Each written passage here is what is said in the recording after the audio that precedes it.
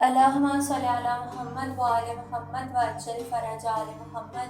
بسم اللہ الرحمن الرحیم۔ عالم آخرت میں 3 منٹ کا سفر۔ حساب کتاب۔ میز کے پیچھے بیٹھے جوان نے اس موٹی کتاب کی جانب اشارہ کیا۔ میری حیرت کو دیکھ کر کہنے لگا کہ تمہاری اپنی ہی کتاب ہے، اس کو پڑھو، آج روز حساب ہے، خود بھی پڑھ لو، سب کچھ پتہ چل جائے گا۔ یہ جملہ میرے لیے نیا نہیں تھا، بلکہ پہلے سن چکا تھا۔ ہمارے استاد نے قرآنی جلسے میں اسی آیا کی جانب اشارہ کیا تھا، اقرأ کتابک کفیٰ بنفسک الیوم علیک حسیبا۔ اب اپنی کتاب اعمال کو پڑھ لو، آج تمہارے حساب کے لیے یہی کتاب کافی ہے۔ سورہ اسراء آیت 14۔ اس جوان نے قرآن کریم کی اسی آیت کا ترجمہ مجھے سنایا۔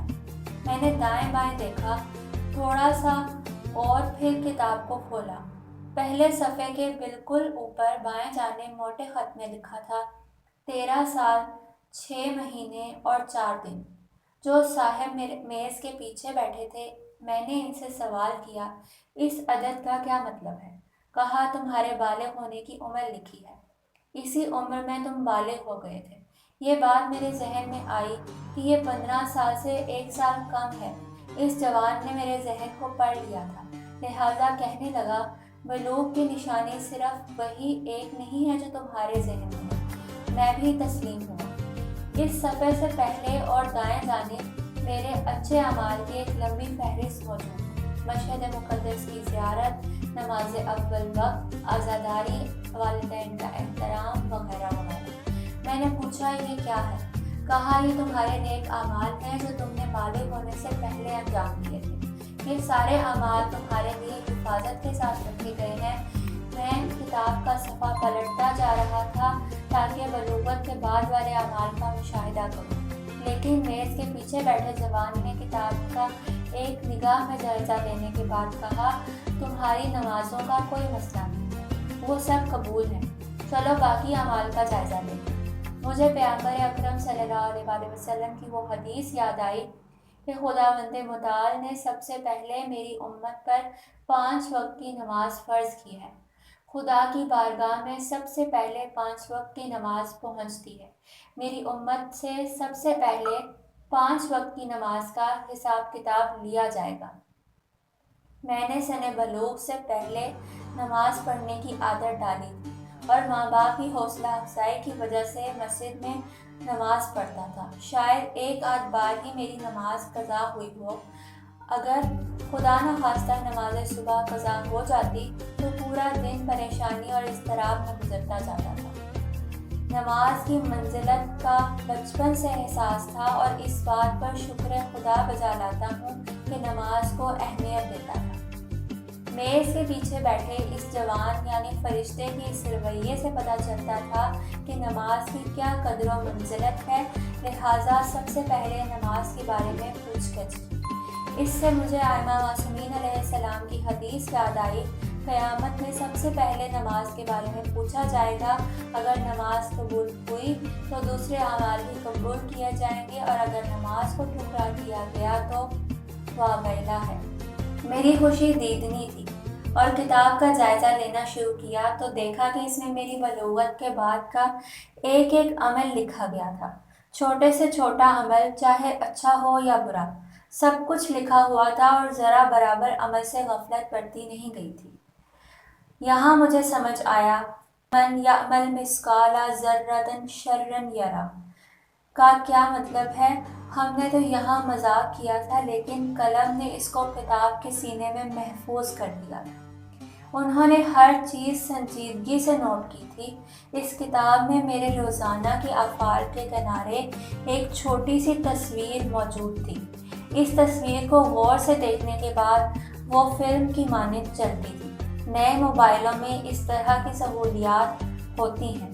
میں نے وہ ویڈیو دیکھی، 3D ویڈیو تھی اور مکمل تفصیلات کے ساتھ۔ دوسروں کے سامنے کرتے ہوئے ان کے افکار کو بھی دیکھ سکتا تھا، لہٰذا کسی بھی فعل سے انکار کرنا ممکن نہیں تھا۔ اعمال تو اپنی جگہ، ہماری نیت بھی اس میں لکھی گئی تھی۔ انہوں نے کوئی چیز نہیں چھوڑی تھی اور اعتراض کا تو سوال ہی پیدا نہیں بنتا تھا۔ سب کچھ سامنے تھا، چون چرا کی گنجائش بالکل نہیں، لیکن میں خوش تھا کیونکہ بابا کے ساتھ ہمیشہ مسجد و امام بارگاہ جایا کرتا تھا۔ اس بابت مجھے فخر محسوس ہو رہا تھا اور ابھی سے جنت کے بہترین منزلوں میں اپنی جگہ دیکھ رہا تھا۔ پہلے صفحے کے اعمال کو دیکھ رہا تھا اور اپنے نیک اعمال پر فخر محسوس کر رہا تھا۔ ایسے میں اچانک دیکھتا ہوں میرا ایک نیک عمل آہستہ آہستہ مٹنا شروع ہو گیا ہے۔ اس سے پہلے سارا صفحہ نیک اعمال سے بھرا ہوا تھا، لیکن اب کوڑا کاغذ بن چکا تھا۔ میں نے غصے کی حالت میں میز کے پیچھے بیٹھے جوان سے پوچھا، میرے اعمال کہاں گئے؟ کیا یہ سارے میرے اچھے اعمال نہیں تھے؟ پھر نابود کیسے ہو گئے؟ اس نے شائستگی سے کہا، جی ہاں، یہ نیک اعمال تم نے انجام دیے تھے، لیکن اسی دن اپنے دوست کی غیبت کی تھی۔ تمہارے سارے اچھے کام تمہارے اس دوست کے نام اعمال میں منتقل ہو چکے ہیں۔ میرا غصہ ٹھنڈا نہیں ہوا۔ میں نے پوچھا، مجھے بتاؤ آخر سارے اعمال کیوں؟ اس نے بھی بلا واسطہ پیغمبر اکرم صلی اللہ علیہ وسلم کی حدیث کا حوالہ دیا، جس تیزی کے ساتھ آگ خشک گھاس کو کھا جاتی ہے، اس سے زیادہ سرعت کے ساتھ غیبت ایک انسان کے نیک اعمال کو نابود کر دیتی ہے۔ دوسرا صفحہ کھولا، وہ بھی اچھے اعمال سے بھرا تھا۔ اول وقت کی نماز، مسجد، بسیج، عزاداری، ماں باپ کی رضامندی وغیرہ وغیرہ۔ میرے اعمال کی ویڈیو بھی موجود تھی، لیکن دیکھنے کی ضرورت محسوس نہیں ہوئی کیونکہ سارے اعمال پر قبولیت کی مہر لگی تھی۔ وہ ایران عراق جنگ کا مقدس دور تھا۔ اچھے لوگوں کی تعداد بہت زیادہ تھی، بہت سارے اچھے کام بھول چکا تھا، لیکن یہاں ہر ایک مجھے یاد دلایا گیا تھا۔ یہاں بھی حیرت کا پیکر بن کر سوالیہ نشان بن گیا۔ میرے اعمال آہستہ آہستہ نابود ہو رہے تھے۔ پوچھا، اب کیوں ایسا ہو رہا؟ اس دن میں نے کسی کی غیبت بھی نہیں کی ہے، جوان نے جواب دیا، ایک دیندار دوست کا مذاق اڑایا۔ یہ ناپسند عمل تمہارے اعمال کی نابودی کا باعث بنا ہے۔ میں خاموش ہو گیا، لیکن مجھے سورہ مبارکہ ابراہیم کی 30ویں آیت کی جانب توجہ دلائی گئی، قیامت کا دن تمسخر اڑانے والوں کے لیے حسرت کا دن ہوگا۔ یا حسرتاً علی العباد ما یاتہم من رسول الا کانوا بہ یستہزئون۔ ایسے بندوں پر افسوس، کبھی بھی کوئی رسول ان کے پاس نہیں آیا جس کی ہنسی انہوں نے نہ اڑائی۔ میں اچھی طرح جانتا تھا یہ کس بات کی جانب اشارہ ہے۔ میں بہت زیادہ شوق طبیعت اور اہل مزاح تھا، دوستوں کے ساتھ مذاق کرتا تھا، اپنے آپ سے کہنے لگا، افسوس تم پر، اگر بات یہ ہے تو میرا کیا بنے گا؟ کتاب کا ایک اور ورق پلٹا، نیک اعمال کی لمبی فہرست تھی اور کوئی عمل نابود نہیں ہوا۔ اس دن بھی میں نے بہت ہنسی مذاق کیا تھا، دوستوں کے ساتھ باتیں کی، ہنستے رہے، کھیلتے رہے، لیکن کسی کی توہین نہیں کی تھی، کسی کی غیبت نہیں کی تھی۔ میری ہنسی مذاق توہین سے خالی تھی، لہٰذا اس کو بھی نیک اعمال میں لکھا گیا تھا۔ خدا کا شکر بجا لایا اور امام حسین علیہ السلام کی حدیث یاد آئی، مومن بھائی کا دل شاد کرنا نماز کے بعد سب سے افضل عمل ہے، لیکن اس میں گناہ سے بچنا چاہیے۔ خوشی خوشی دوسرے صفحے کو دیکھنا شروع کیا۔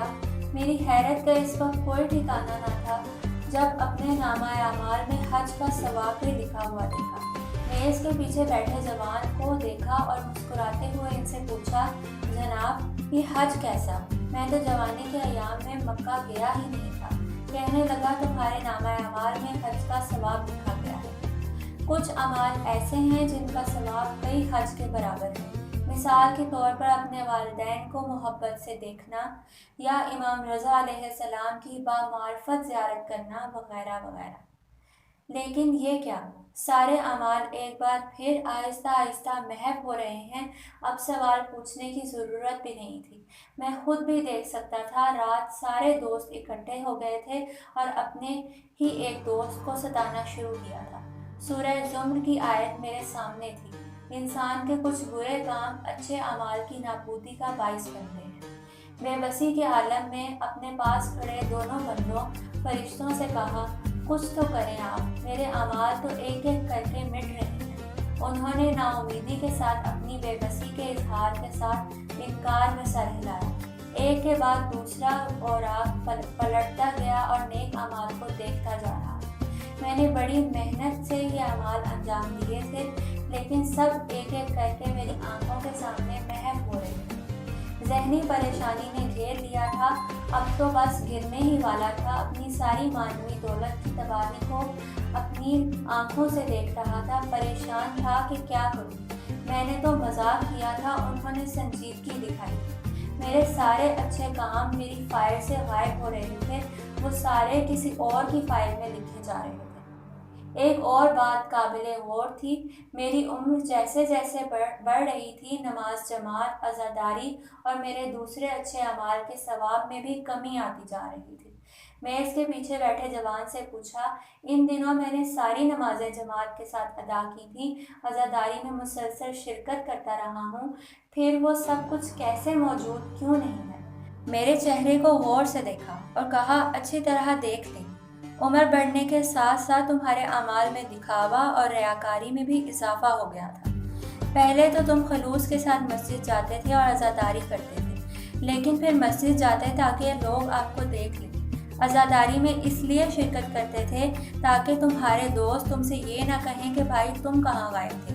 اگر تمہارا کام خدا کے لیے تھا، پھر تمہیں ایسی مسجد یا امام بارگاہ میں جانے سے کس چیز نے روکا تھا جس میں تمہارے دوست نہیں جاتے تھے؟